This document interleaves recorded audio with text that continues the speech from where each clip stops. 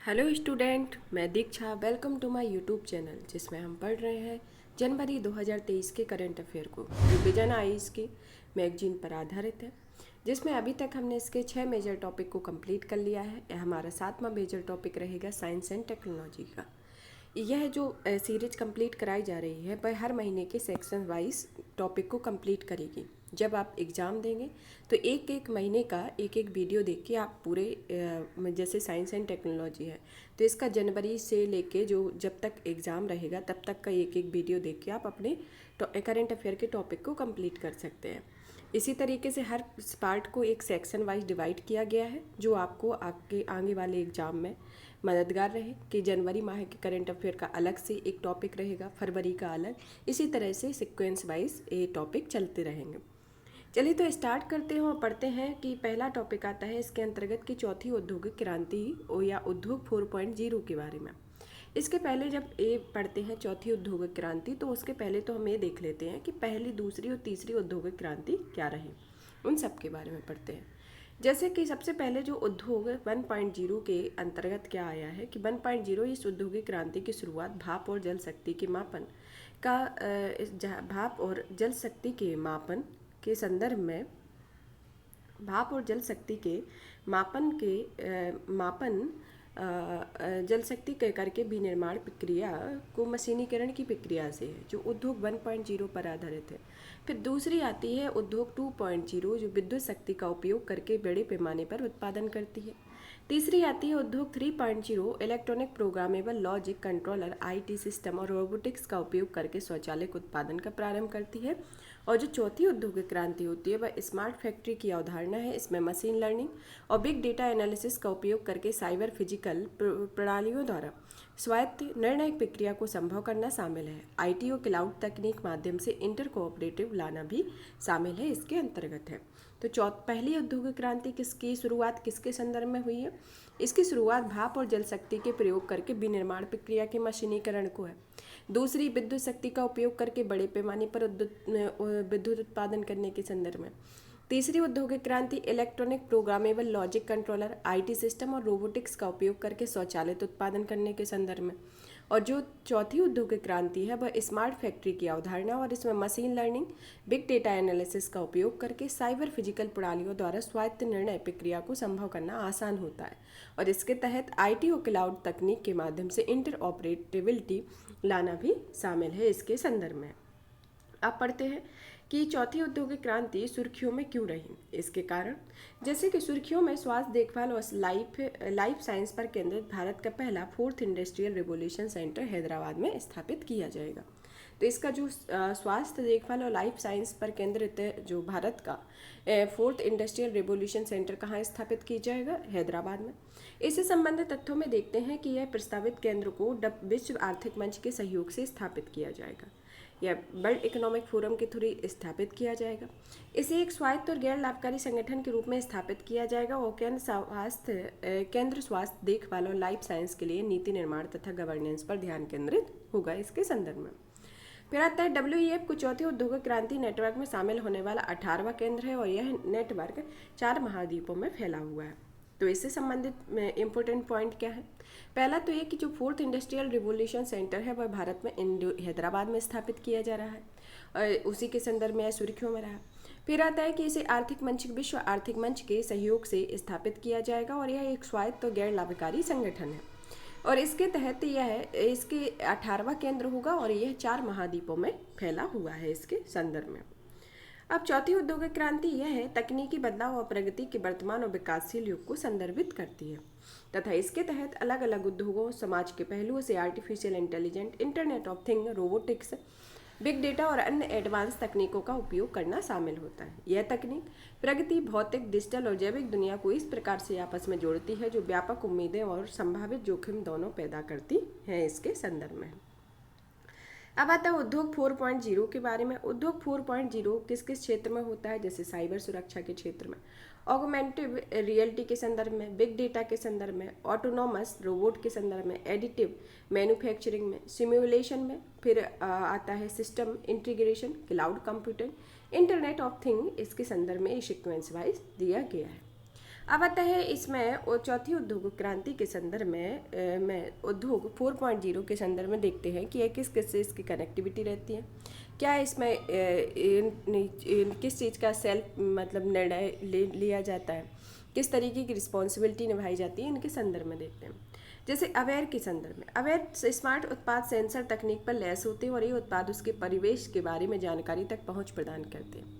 कनेक्टेंट के संदर्भ में यह स्मार्ट उत्पाद का एक M2M संचार उपकरण में लैस है और यह अन्य संचार साइबर भौतिक प्रणालियों के साथ साथ अंतःक्रिया करने वाले और डेटा आदान प्रदान को संभव बनाता है। फिर आता है इंटेलिजेंट के संदर्भ में, स्मार्ट उत्पाद कंप्यूटिंग क्षमता से लैस है और इसे निर्धारित एल्गोरिथम के आधार पर अपने आप निर्णय लेने और सेल्फ लर्निंग प्रोग्राम प्रक्रियाओं को संभव बनाती हैं। रिस्पॉन्सिव के संदर्भ में, स्मार्ट उत्पाद नियंत्रण तकनीकी से लैस होता है, आंतरिक और बाहरी आदेशों के आधार पर स्वायत्त उत्पाद अनुकूलन को संभव बनाती है इसके संदर्भ में। अब आता है भारत के लिए उद्योग 4.0 को अपनाने की आवश्यकता क्यों रही। इसके अंतर्गत पहला पॉइंट आता है कि इसमें विकास को बढ़ावा देने के लिए 1990 के आर्थिक सुधारों के बाद संबद्ध बढ़त के अगले चरण को प्रोत्साहन प्रदान करने हेतु उद्योग 4.0 अपनाने की शुरुआत से आवश्यकता हुई। फिर आता है बिग डेटा की क्षमता के दोहन करने के संदर्भ में, यह आधार, पासपोर्ट, सार्वजनिक वितरण प्रणाली, वोटर कार्ड आदि के जरिए भारत में एकत्रित बिग डेटा के विशाल भंडार का इस्तेमाल लोगों के लिए बेहतर नीतियां बनाने में किया जा सकता है। फिर आता है गवर्नेंस को आसान बनाने के संदर्भ में, वर्तमान गवर्नेंस प्रणाली देरी और लाभ फीताशाही की समस्या से ग्रसित है और इसे नए युग की प्रौद्योगिकियों की मदद से बेहतर बनाकर 100 करोड़ से अधिक की आबादी के लिए उपयोगी बनाया जा रहा है। फिर आता है रोजगार के बेहतर अवसर प्रदान करने के लिए, एक वैश्विक दिग्गज के रूप में भारत की छवि को स्थापित करने के लिए और अपने भू राजनीतिक लक्ष्यों को प्राप्त करने के लिए इसका मेन आवश्यकता रही है। अब देखते हैं कि उद्योग 4.0 को अपनाने के लाभ। उद्योग 4.0 को अपनाने के लाभ क्या क्या हैं, जैसे निर्णय लेने की प्रक्रिया में सुधार एवं सुशासन, उत्पादों के लचीलेपन और अनुकूलन में सुधार, उत्पादकता और दक्षता में वृद्धि, बेहतर संचार और सहयोग में, उद्यमिता में वृद्धि के संदर्भ में होता है। जैसे उद्यमिता में वृद्धि, जैसे उद्योग 4.0 की सहायता से आप स्टार्टअप्स यथा शिक्षा, ई-कॉमर्स, कॉमर्स या वित्तीय सेवाओं, IT, ECS आदि के क्षेत्र में टेक आधारित उद्यमिता को बढ़ाया जा सकता है इसके संदर्भ में। फिर आता है उद्योग 4.0 को अपनाने में बाधाएं, जैसे रोजगार के खोने का भय। दूसरा आता है उच्च पूंजी लागत होगी, कुशल कार्यबल का अभाव होगा तथा साइबर और निजी डेटा सुरक्षा के मुद्दे होंगे, असमानता में वृद्धि होती और इंटर कोऑपरेबिलिटी होगी। जैसे उद्योग 4.0 में अलग अलग प्रणालियों उपकरणों के बीच सहज एकीकरण की आवश्यकता होती है और यह एकीकरण विशेष रूप से तब आवश्यक होता है जब कई वेंडर्स तथा तकनीकों के साथ काम किया जाता है। अतः ऐसे में इंटरऑपरेबिलिटी सुनिश्चित करना भी एक चुनौतीपूर्ण कार्य होगा इसके संदर्भ में। अब पढ़ते हैं कि इसमें जो WEF द्वारा इसका सहयोग किया जा रहा है इसके संदर्भ में पढ़ लेते हैं कि WEF है क्या। यह विश्व आर्थिक फोरम या वर्ल्ड इकोनॉमिक फोरम जिसका मुख्यालय जेनेवा स्विट्जरलैंड है। यह एक क्लाउड्स लैब द्वारा 1971 में स्थापित नॉट फॉर प्रॉफिट फाउंडेशन है और यह सार्वजनिक निजी सहयोग पर आधारित है। इस संगठन का आदर्श वाक्य है कि वैश्विक स्वास्थ्य सार्वजनिक हित में उद्यमिता के संदर्भ में है तथा यह इसके प्रमुख प्रकाशन जैसे वैश्विक प्रतिस्पर्धात्मक रिपोर्ट, वैश्विक लैंगिक अंतराल रिपोर्ट, वैश्विक जोखिम रिपोर्ट और हाल ही में जारी की गई साइबर सुरक्षा ग्लोबल साइबर सिक्योरिटी आउटलुक है यह वर्ल्ड इकोनॉमिक फोरम के बारे में। इसके संदर्भ में आगे की राह में देख लेते हैं कि आगे के लिए क्या क्या हो सकती हैं। जैसे विनियामक के ढांचे को बेहतर करना है, नैतिकता संबंधी दिशा निर्देश विकसित करना, डिजिटल साक्षरता को बढ़ावा देना तथा साइबर सुरक्षा पर बल देना, कौशल विकास और पुनर्कौशल में प्रवेश करना। उद्योग 4.0 को अपनाने के लिए नई युग के रोजगार हेतु मौजूदा कार्यबल को पुनर्कौशल या कौशल के विकास की आवश्यकता है। इसके लिए सरकार और उद्योगों दोनों के लिए एक अंतर या कमी को पूरा कर देने पर ध्यान देना चाहिए इसके संदर्भ में।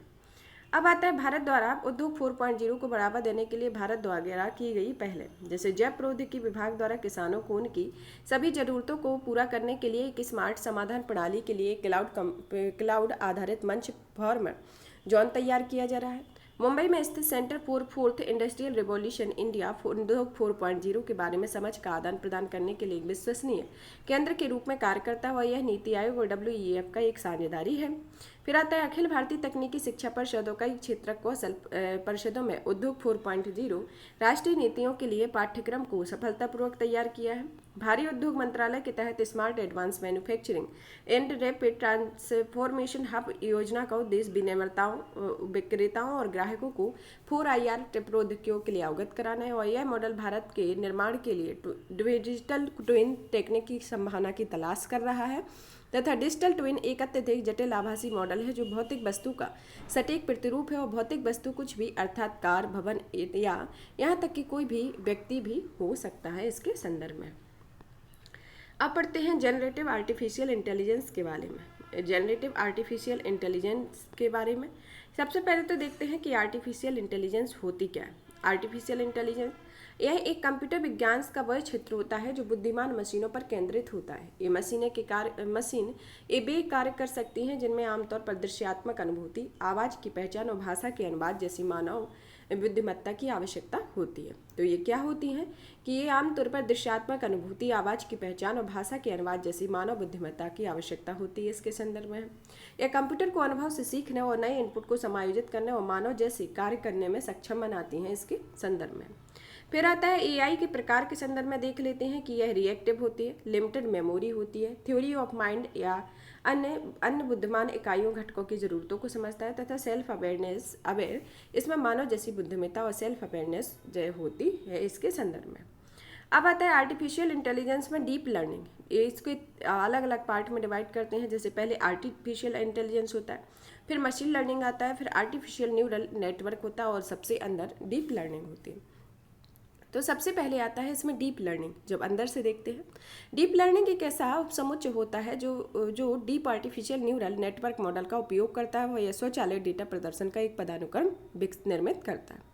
आर्टिफिशियल न्यूरल नेटवर्क यह एक मस्तिष्क से प्रेरित लर्निंग मॉडल होता है।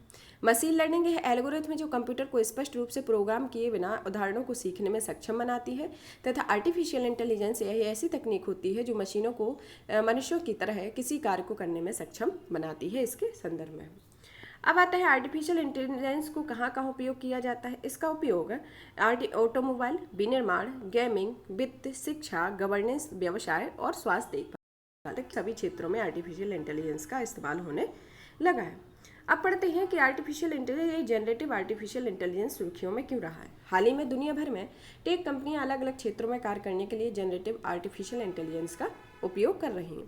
तो इसके संदर्भ में हम देखते हैं इसके संदर्भ में क्या क्या अन्य तथ्य हैं। जैसे कि हाल के दिनों में जनरेटिव एआई का प्रोग्राम की प्रयोगप्रियता में वृद्धि हुई है। जैसे ओपन एआई को चैट जीपीटी, गूगल का बार्ड एआई और डेल ई का कोर्डेक्स GPT-3 आदि के संदर्भ में है। ये प्रोग्राम ट्रांसफर आर्किटेक्चर पर बने डीप लर्निंग मॉडल पर आधारित संवादात्मक एआई भाषाएं होती हैं जो ट्रांसफॉर्मर आर्किटेक्चर या डीप न्यूरल नेटवर्क का उपयोग करती है और इंटरनेट पर उपलब्ध टेक्स्ट डेटा के संग्रह के माध्यम से प्रशिक्षित होती है। इनमें मनुष्य की तरह टेक्स्ट जनरेट कर सकते हैं और प्रश्नों के उत्तर और संवाद करने के लिए जैसे अलग अलग कार्य को कर सकते हैं। प्राकृतिक भाषा प्रोसेसिंग के क्षेत्र में यह एक महत्वपूर्ण प्रगति को दर्शाता है। यह कंप्यूटरों के साथ मनुष्यों के संवाद करने के तरीके तथा क्रांतिकारी बनाने की दक्षता की क्षमता रखता है। अनुमानों के अनुसार ये प्लेटफॉर्म भविष्य में गूगल के सर्च इंजन और यहाँ तक कि मनुष्य का स्थान भी ले सकते हैं। जनरेटिव आर्टिफिशियल इंटेलिजेंस के बारे में अभी हमने आर्टिफिशियल इंटेलिजेंस के बारे में पढ़ा है। अब पढ़ते हैं जनरेटिव आर्टिफिशियल इंटेलिजेंस के बारे में। यह एक ऐसा एल्गोरिथम होता है जिसका उपयोग ऑडियो, कोड, चित्र, टेक्स्ट, सिमुलेशन और वीडियो को जैसे नए कंटेंट को कनेक्ट करने के लिए किया जा सकता है। इसे न्यूरल नेटवर्क का उपयोग करके मशीन लर्निंग मॉडल को बड़ी मात्रा में डेटा के साथ प्रशिक्षित करके प्राप्त किया जाता है और इसके बाद इस मॉडल का उपयोग नए सिंथेटिक डेटा उत्पन्न करने के लिए किया जाता है जो पहले से मौजूद डेटा के समान होता है। 2022 तक मौजूदा एआई का उद्देश्य डेटा का विश्लेषण करना, विसंगतियों का पता लगाना, धोखाधड़ी का पता लगाने के साथ देखने योग्य फिल्में और छुट्टी मनाने के सभी बढ़िया स्थान से सुझाव देना होता है। पहले एआई मॉडल स्वयं द्वारा खपत किए गए डेटा के बड़े हिस्से का विश्लेषण करके ऐसा करते थे। हालांकि जनरेटिव एआई के साथ उपयोगकर्ता बिल्कुल नए सिरे से निर्मित नया कंटेंट देख सकते हैं। वर्तमान में जनरेटिव एआई के 3 प्रमुख फ्रेमवर्क या मॉडल होते हैं। जैसे पहला होता है जनरेटिव एडवर्सरियल नेटवर्क, दूसरा होता है ट्रांसफॉर्मर बेस्ड मॉडल और तीसरा होता है वेरिएशन ऑटो इनकोडर होता है। कौन कौन सा? जनरेटिव एडवर्सरियल नेटवर्क GAN, दूसरा आता है ट्रांसफॉर्मर बेस्ड मॉडल TBM और तीसरा आता है वेरिएशन ऑटो इनकोडर जो VAE आता है। अब पढ़ते हैं इसमें एआई से जुड़ी अपनाने की चिंताएं, जैसे समाज पर प्रतिकूल प्रभाव होगा, जवाबदेही का अभाव होगा, नैतिक चिंताएं बढ़ेंगी, पारदर्शिता का अभाव होगा, बौद्धिक संपदा अधिकारों का उल्लंघन होगा, निजता संबंधी मुद्दे होंगे। जैसे एआई का उपयोग करने से व्यक्तिगत डेटा संग्रह, भंडारण, उपयोग के बारे में चिंता को बढ़ा सकता है, क्योंकि इस एकत्रित जानकारी से दुरुपयोग को संभावना अधिक होती है। अब इसमें आगे की राय देख लेते हैं कि आगे की राय में क्या कहा गया है कि यह नैतिक सिद्धांतों या दिशा निर्देशों की स्थापना की जानी चाहिए। एआई के उपयोग को विनियमित करना चाहिए, विनियमित करना कि खुली पहुंच के बजाय एआई का एक विनियमित उपयोग शुरू किया जा सके। बेहतर सहयोग और समन्वय होना चाहिए, जो प्रौद्योगिकियां पृथक रूप से संचालित नहीं की जाती हैं, और प्रौद्योगिकी के सफल क्रियान्वयन के लिए सरकार, उद्योग और शिक्षण संस्थाएं तथा सिविल समाज जैसी अलग अलग हितधारकों के साथ सहयोग करना चाहिए। अनुसंधान और विकास में निवेश करना चाहिए, विविधता और समावेशिता को बढ़ावा देना चाहिए, और जनता में विश्वास और समझ को बढ़ावा देना इसके संदर्भ में। अब निष्कर्ष में आता है कि एआई एक तेजी से आगे बढ़ता हुआ क्षेत्र होता है, जिसमें हमारे जीवन की अर्थव्यवस्थाओं के कई पहलुओं को बदलने की क्षमता होती है। हालांकि एआई के लाभों का पूरी तरह से अनुभव करने और एक से नकारात्मक परिणामों से बचने के लिए उसके विकास और क्रियान्वयन में सतर्कता बरतनी अति महत्वपूर्ण है, और इसके अलावा एआई के नैतिक और सामाजिक परिणामों को ध्यान में रखना भी जरूरी होता है इसके संदर्भ में। अब आता है राष्ट्रीय हरित हाइड्रोजन मिशन के संदर्भ में। हाल ही में केंद्रीय मंत्रिमंडल ने राष्ट्रीय हरित हाइड्रोजन मिशन की मंजूरी दी। मिशन के बारे में देखते हैं। मिशन के बारे में, इसमें भारत को हरित हाइड्रोजन के उत्पादन में वैश्विक चैंपियन बनाना प्रस्तावित किया गया। इसमें जीवाश्म ईंधन को निर्भरता को धीरे धीरे कम किया जा सकता है, तथा यह नवीन तथा नवीनीकरणीय ऊर्जा मंत्रालय इस मिशन के कार्यान्वयन के लिए दिशा निर्देश तैयार किया करेगा। मिशन के उपघटकों के अंतर्गत आता है कि यह हरित हाइड्रोजन की दिशा में आगे बढ़ने वाले कार्यक्रमों के लिए एक रणनीतिक हस्तक्षेप होगा, और इसके तहत इलेक्ट्रोलाइजर के घरेलू विनिर्माण को बढ़ावा देने, हरित हाइड्रोजन के उत्पादन के लिए प्रोत्साहन प्रदान किया जाएगा।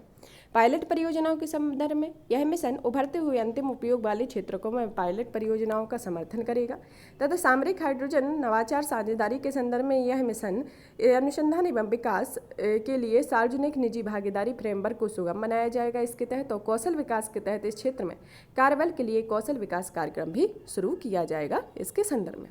इस मिशन से अपेक्षित लाभ क्या क्या हो सकते हैं, जैसे अग्रणी निर्माता। अग्रणी निर्माता के संदर्भ में आता है कि भारत दुनिया में ग्रीन हाइड्रोजन की एक अग्रणी उत्पादक और आपूर्तिकर्ता बनाना। निर्यात के संदर्भ में यह ग्रीन हाइड्रोजन और उसके व्युत्पन्न उत्पादों के लिए निर्यात के अवसरों का सृजन करना। फिर आता है आयात निर्भरता के संदर्भ में कि आयातिक जीवाश्म ईंधन को फीड स्टॉक पर निर्भरता में कमी लाना। स्वदेशीकरण के संदर्भ में यह स्वदेशी विनिर्माण क्षमताओं को विकास करना। रोजगार के संदर्भ में यह रोजगार और आर्थिक विकास के अवसर पैदा करने वाले उद्योग के लिए निवेश और तथा व्यापार के अवसरों को आकर्षित करना है इसके संदर्भ में। अब आता है राष्ट्रीय ग्रीन हाइड्रोजन से संबंधित मिशन के तहत अपेक्षित परिणाम क्या क्या हो सकते हैं।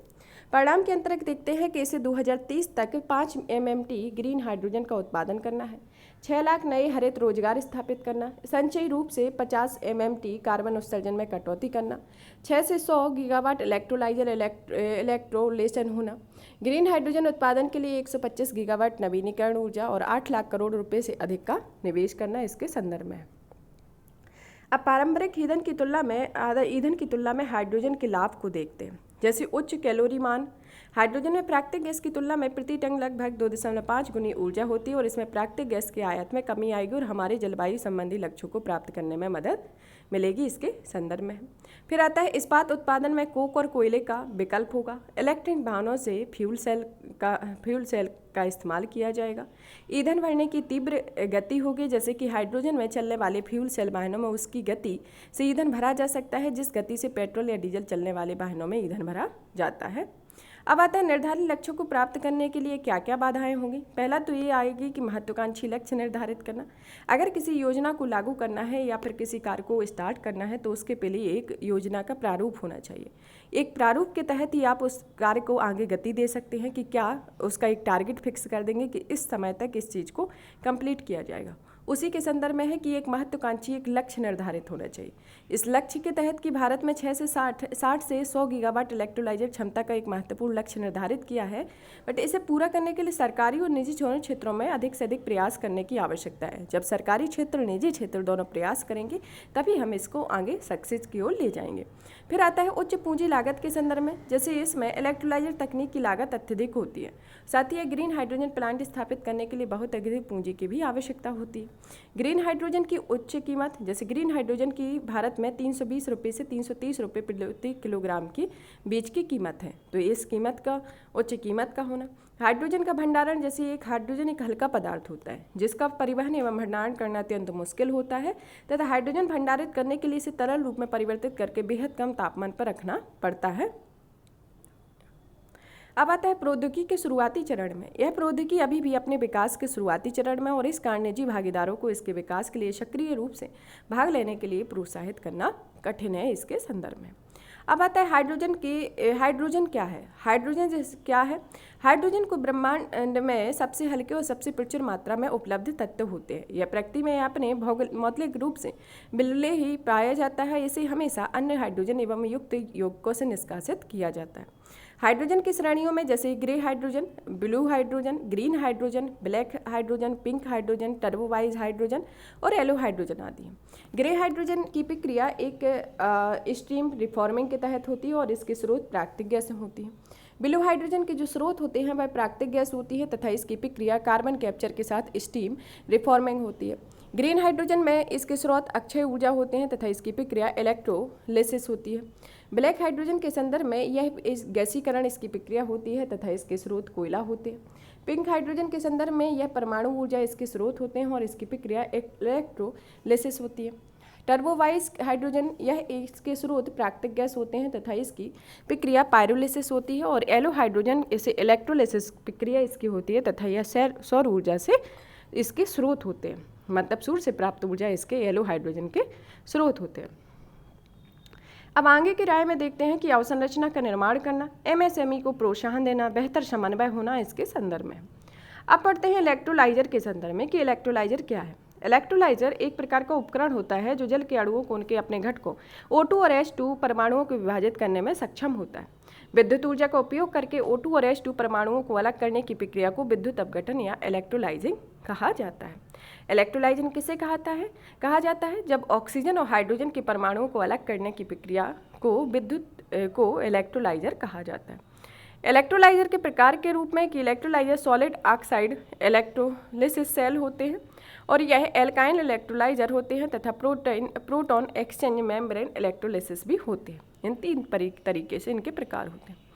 यह हाइड्रोजन इलेक्ट्रोलिसिस संयंत्र किस तरीके से कार्य करता है इसके संदर्भ में दिया गया है कि इसमें एक आलवणीकरण की प्रक्रिया होती है। सबसे पहले तो कि समुद्री जल को पाइपलाइनों के माध्यम से प्रवेश कराया जाता है, उसके बाद जल को उपचार के लिए प्रोसेस किया जाता है और लवण रहित जल को इलेक्ट्रोलाइजर तक पहुंचाया जाता है।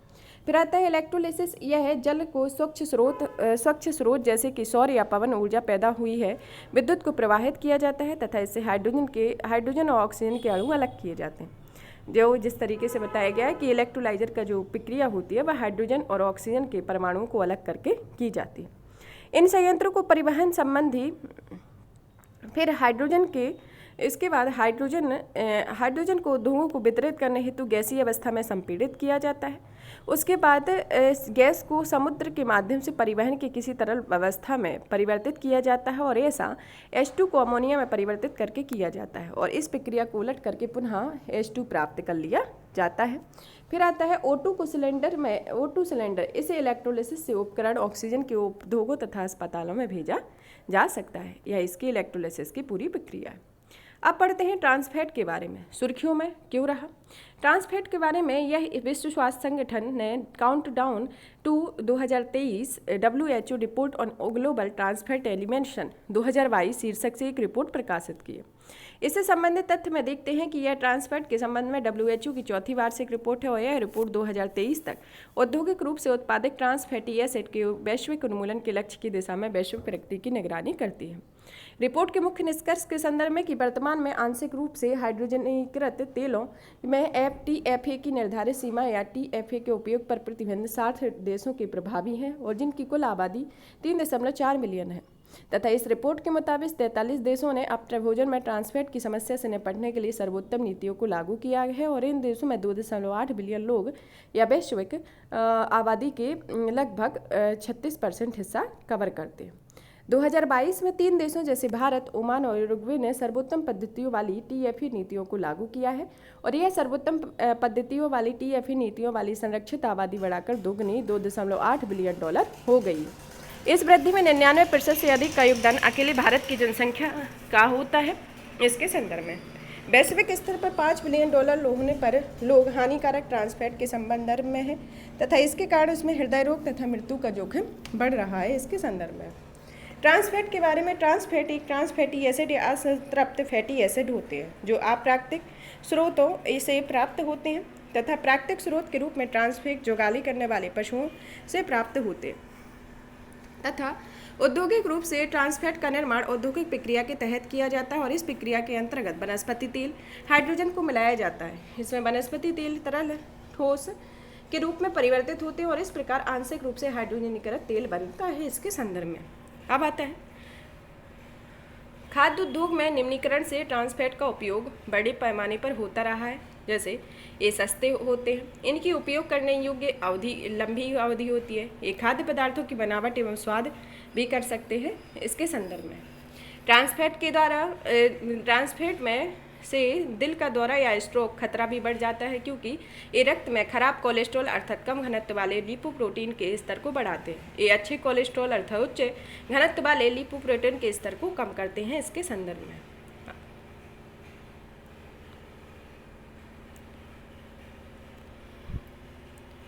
ट्रांस फैट के संदर्भ में कुछ वैश्विक पहलें की गई हैं। जैसे रिप्लेस पहल एक ऐसी पहल है जिसे WHO के द्वारा शुरू किया गया।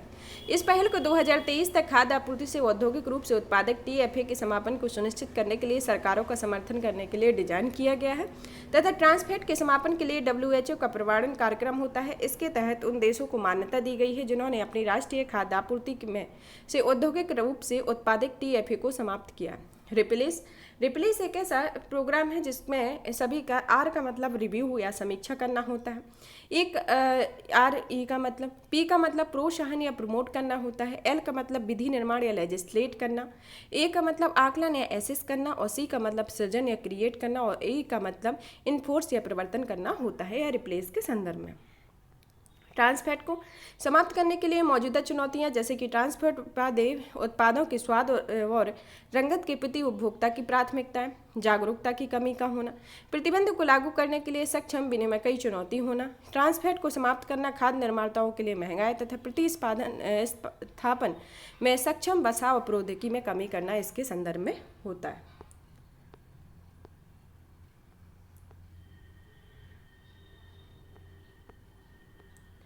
औद्योगिक रूप से उत्पादित ट्रांस फैट को समाप्त करने के लिए कुछ पहले काटी गई। जैसे विनियामकीय उपयोग में भारतीय खाद्य सुरक्षा और मानक प्राधिकरण ने औद्योगिक उत्पादों में ट्रांस फैट को विनियमित करने के लिए कई महत्वपूर्ण नियमों को अधिसूचित किया।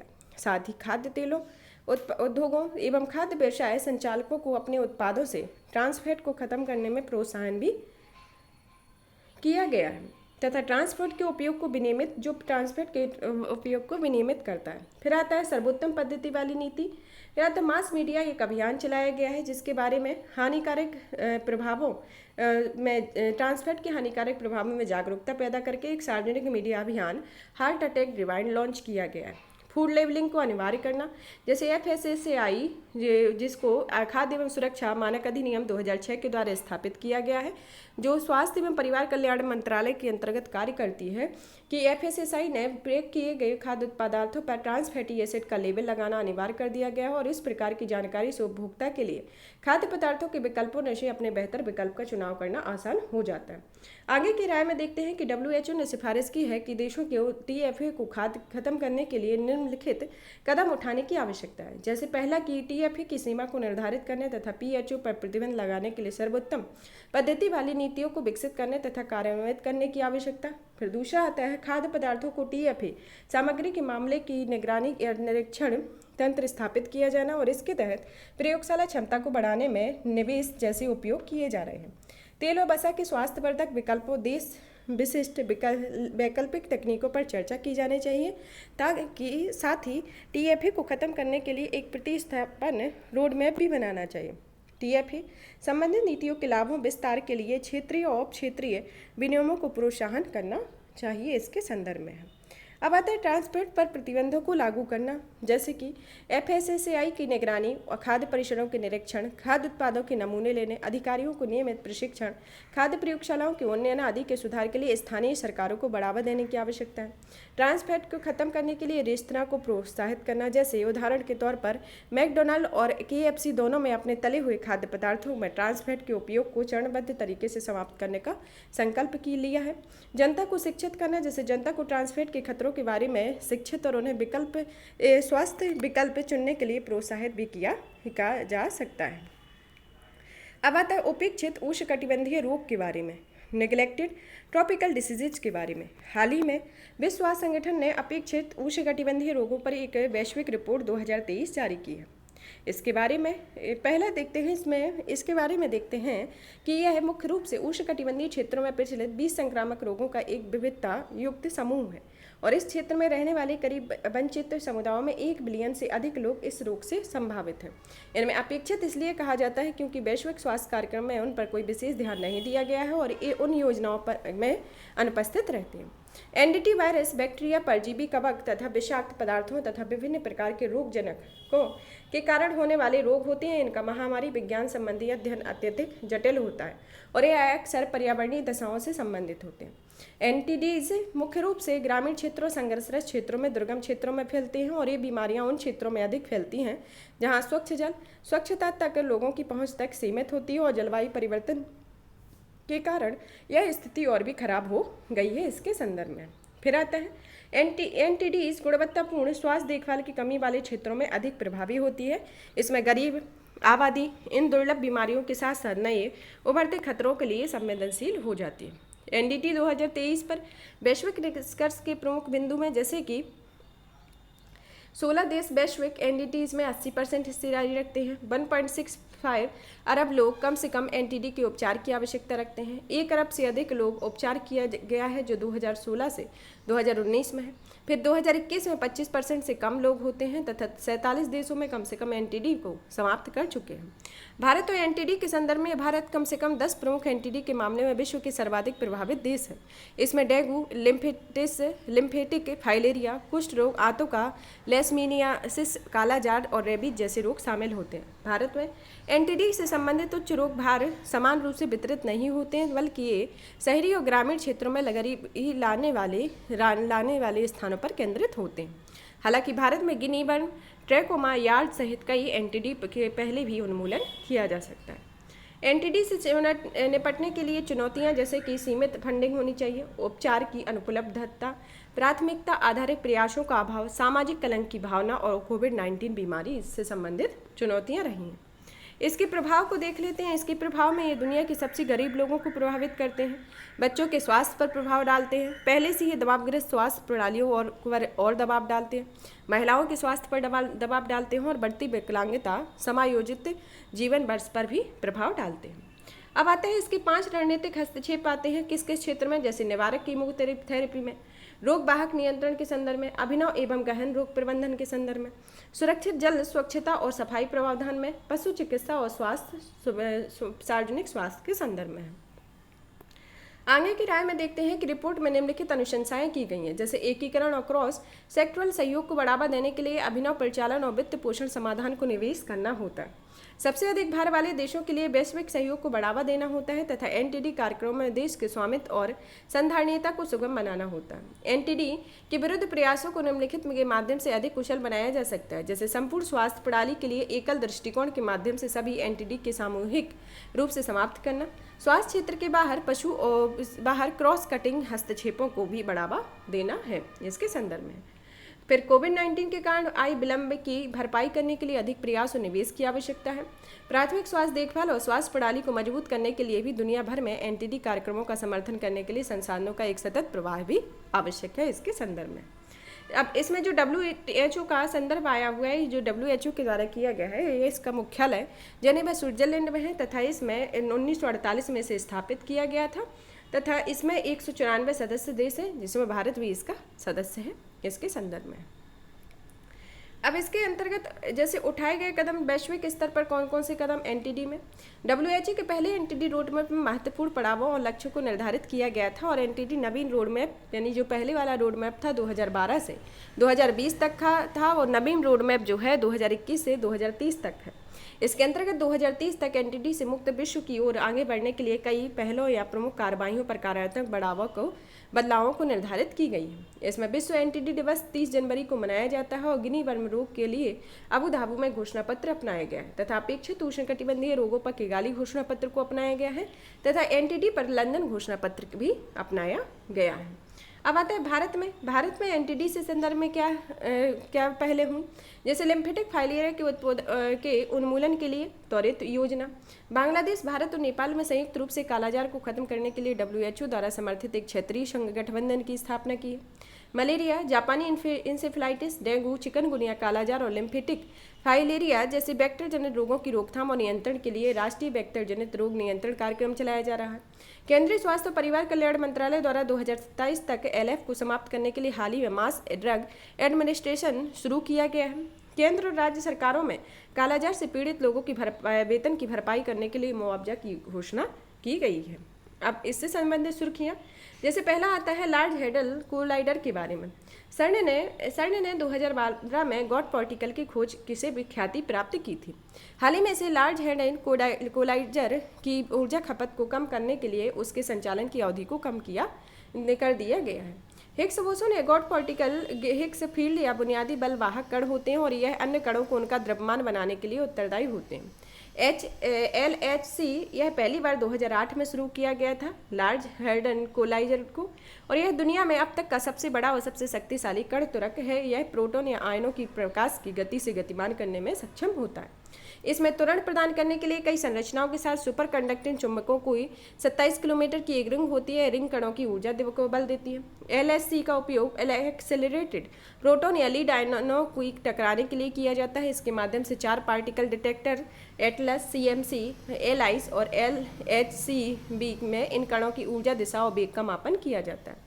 इसका उद्देश्य कण भौतिकी के स्टैंडर्ड मॉडल में अनुत्तरित रह गए प्रश्नों को समाधान करना है, जैसे द्रव्यमान की उत्पत्ति, सुपरमेट्री, डार्क मैटर, डार्क एनर्जी के प्रमाण इत्यादि होते हैं। सर्न ने वर्तमान में LHC में उत्तराधिकार के रूप में फ्यूचर सर्कुलेशन कोलाइडर विकसित करने का प्रस्ताव किया है, जो फ्यूचर सर्कुलेशन कोलाइडर उच्च प्रदर्शन करने वाले पार्टिकल कोलाइडर की एक अगली पीढ़ी है और इसके लिए 100 किलोमीटर की परिधि के लिए 100 टेरा इलेक्ट्रॉन वोल्ट की टकराव ऊर्जा को पहुंच प्राप्त करने की योजना है। सर्न को 1954 में स्थापित किया गया है, जो जेनेवा में स्थित एक कण भौतिकी प्रयोगशाला है और इसे विशेष स्तर पर कण त्वरक सुविधाएं भी प्राप्त होती हैं, जो मानव ज्ञान के विस्तार के लिए अनुसंधान को सक्षम बनाती है। वर्तमान में इसमें 23 सदस्य देश हैं और भारत में अन्य देशों में सर्न एक एसोसिएट सदस्य है, जो जापान, संयुक्त राज्य अमेरिका, यूनेस्को, यूरोपीय संघ को पर्यवेक्षक का दर्जा प्राप्त हुआ है। इसके संदर्भ में अब आता है स्मार्ट कार्यक्रम। स्मार्ट कार्यक्रम का पूरा नाम scope for main stream Ayurvedic research and teaching professional है। इसे भारतीय चिकित्सा प्रणाली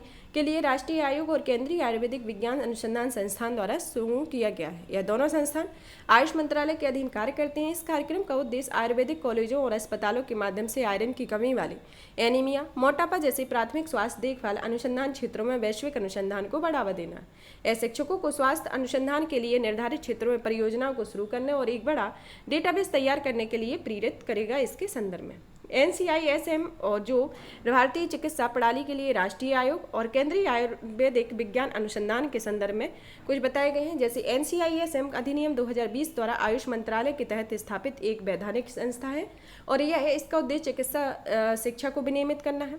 और यह जो CCRAS यह आयुष मंत्रालय का एक स्वास्थ्य संस्था है और यह देश में आयुर्वेदिक चिकित्सा पद्धति में वैज्ञानिक विधि से शोध करने, उसमें समन्वय स्थापित करने और इनका विकास करने तथा उन्हें उन्नत करने के लिए एक शीर्ष राष्ट्रीय निकाय के रूप में कार्य करता है।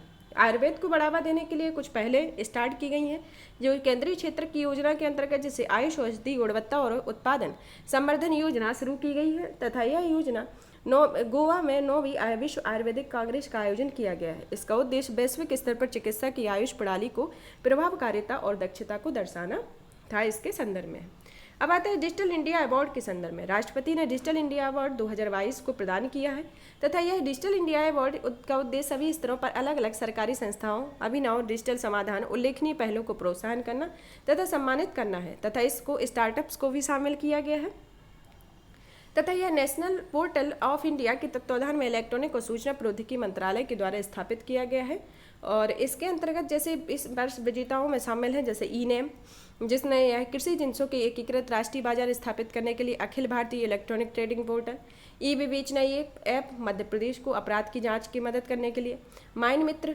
उत्तर प्रदेश को खनन योजना के ऑनलाइन अनुमोदन हेतु, और द्वारी सरकार पश्चिम बंगाल में लोगों को अपने घर तक सेवा वितरण या कल्याणकारी योजनाओं के लिए यह प्रदान किया गया है। अब आता है XR या एक्सटेंडेड रियल्टी या स्टार्टअप प्रोग्राम, मतलब एक्सटेंडेड रियल्टी स्टार्टअप प्रोग्राम। यह प्रोग्राम मैत्री स्टार्टअप हब और मेटा XR स्टार्टअप प्रोग्राम के लिए 120 स्टार्टअप और नवोन्मेष की सूची घोषणा की गई है। यह मैत्री स्टार्टअप हब इलेक्ट्रॉनिक और सूचना प्रौद्योगिकी मंत्रालय की एक पहल है। यह एक प्रोग्राम है जो एक्सेलेरेटेड और एक ग्रांड चैनल इसमें शामिल है। इस प्रोग्राम के तहत 40 प्रारंभिक चरण के स्टार्टअप्स का समर्थन कर रहा है तथा यह ग्रेट चैलेंज, शिक्षा, लर्निंग, कौशल, स्वास्थ्य देखभाल, गेमिंग एवं मनोरंजन आदि जैसे क्षेत्रों में शुरुआती चरण के नवोन्मेष को प्रोत्साहन प्रदान करेगा। इसके संदर्भ में XR क्या है? यह एक्सटेंडेड रियलिटी होती है जो विस्तारित वास्तविकता या विविध प्रकार की डिजिटल वास्तविकता सूचना को शामिल करते हुए उपयोगकर्ता को प्रदान किए जाने वाले रियल वर्ल्ड अनुभवों के लिए एक प्रयुक्त शब्दावली होती है, जिसके अंतर्गत संवर्धित वास्तविकता आती है, मिश्रित वास्तविकता आती है और आभासी वास्तविकता आती है। इसके संदर्भ में होता है। अब आता है क्वांटम सुसंगतता के बारे में। हाल ही में वैज्ञानिकों ने एक अंतर्राष्ट्रीय टीम में क्वांटम सुसंगतता स्पिन क्यूबिट की क्वांटम सुसंगतता को बनाए रखने में सफलता प्राप्त की है। क्वांटम सुसंगतता है क्या? यह एक क्वांटम अवस्था द्वारा इंटरेक्शन के चरण में अपनी एंटेंगलमेंट और सुपरपोजिशन को बनाए रखने की क्षमता है। इसकी अवधारणा पर आधारित है। यह इस अवधारणा पर आधारित है कि कभी सभी ऑब्जेक्ट तरंग जैसे गुण मौजूद होते हैं। यदि किसी ऑब्जेक्ट की तरंग जैसी प्रकृति दो भागों में विभाजित होती है तो एक ही माध्यम में गति करते हुए दोनों तरंगें आपस में मिलकर एकल अवस्था का निर्माण करती हैं, तो इसे दो अवस्थाओं की सुपरपोजिशन कहते हैं। क्यूबिट 0 और 1 के अवस्थाओं को सुपरपोजिशन कहा जाता है तथा क्वांटम नेटवर्क्स के लिए स्पिन प्रोग्राम इंटरफेस आधारभूत निर्माण खंड होते हैं और ये स्थैतिक क्वांटम सूचनाओं को प्रकाश में परिवर्तित करने में सक्षम बनाते हैं। इस प्रकार सूचनाओं को लंबी दूरी तक भेजा जा सकता है और स्थैतिक क्वांटम सूचनाएं स्पिन क्यूबिट के रूप में आयन की क्वांटम अवस्था को ठोस अवस्था में हो सकती हैं। इसके संदर्भ में अब आता है भारोस ऑपरेटिंग सिस्टम। यह एक एंड्रॉयड ओपन सोर्स प्रोजेक्ट आधारित ऑपरेटिंग सिस्टम है। इसमें कोई गूगल ऐप या सेवाएं नहीं है। यह JND के ऑपरेशन प्राइवेट लिमिटेड ने विकसित किया है। IIT मद्रास ने क्यूबिट हुआ एक गैर लाभकारी संगठन है।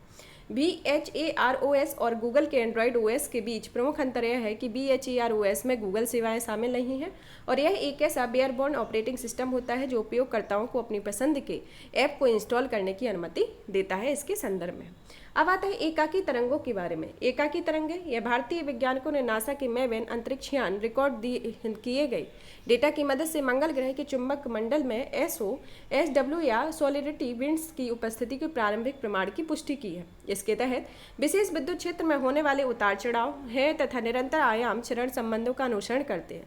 उनके प्रसार के दौरान उनकी आकृति और आकार को कम प्रभावित करते हैं।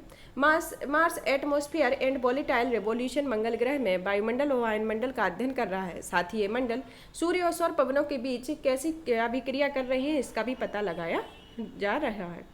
अब आता है C/2022 E3 धूमकेतु के बारे में। हाल ही में खोजा गया 50,000 वर्षों में पहली बार दिखाई गया तथा इस धूमकेतु को पालोमार ऑब्जर्वेटरी तथा USA ने खोजा है। यह धूमकेतु धूल, चट्टानों, हिमखंड के जमे हुए अवशेष होते हैं तथा ये आकाशीय पिंड जो ग्रहों और क्षुद्रग्रहों के साथ मिलकर सौरमंडल का निर्माण करते हैं। यह धूमकेतु अपनी कक्षा में गति के लिए सूर्य के करीब आता है तथा यह गर्म हो जाता है तथा क्यूपर बेल्ट में अरबों की संख्या में धूमकेतु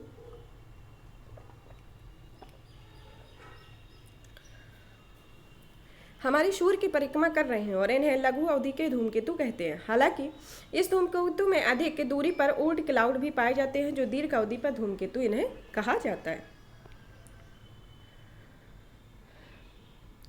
अब आता है आर लेयर तारे के बारे में। मिल्की वे तारे के प्रभामंडल में 200 से अधिक दूरस्थ या परिवर्तनशील तारे खोजे गए हैं। इन्हें आर लेराए तारे कहा जाता है। ये आकाशगंगा में चारों ओर तारों का एक गोलाकार मेघ होता है।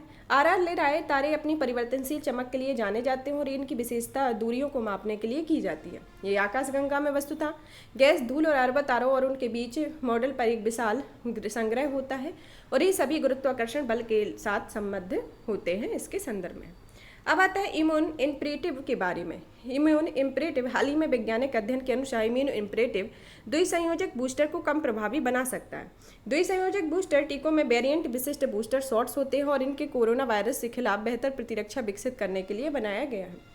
इम्यून इम्परेटिव अपनी प्रतिरक्षा प्रक्रिया को दोहराने की शरीर की प्रवृत्ति है तथा यह संक्रमण टीकाकरण के माध्यम से प्रथम संक्रमण की स्मृति में पर आधारित है। इम्परेटिव प्रतिरक्षा प्रणाली के लिए एक डेटाबेस के रूप में कार्य करता है। इसमें बार बार वाले संक्रमणों के खिलाफ बेहतर प्रतिक्रिया देने में मदद करते हैं और इसकी अवधारणा सबसे पहले 1947 में आई थी। इसकी इम्यून इम्परेटिव की अवधारणा सबसे पहली बार 1947 में आई थी।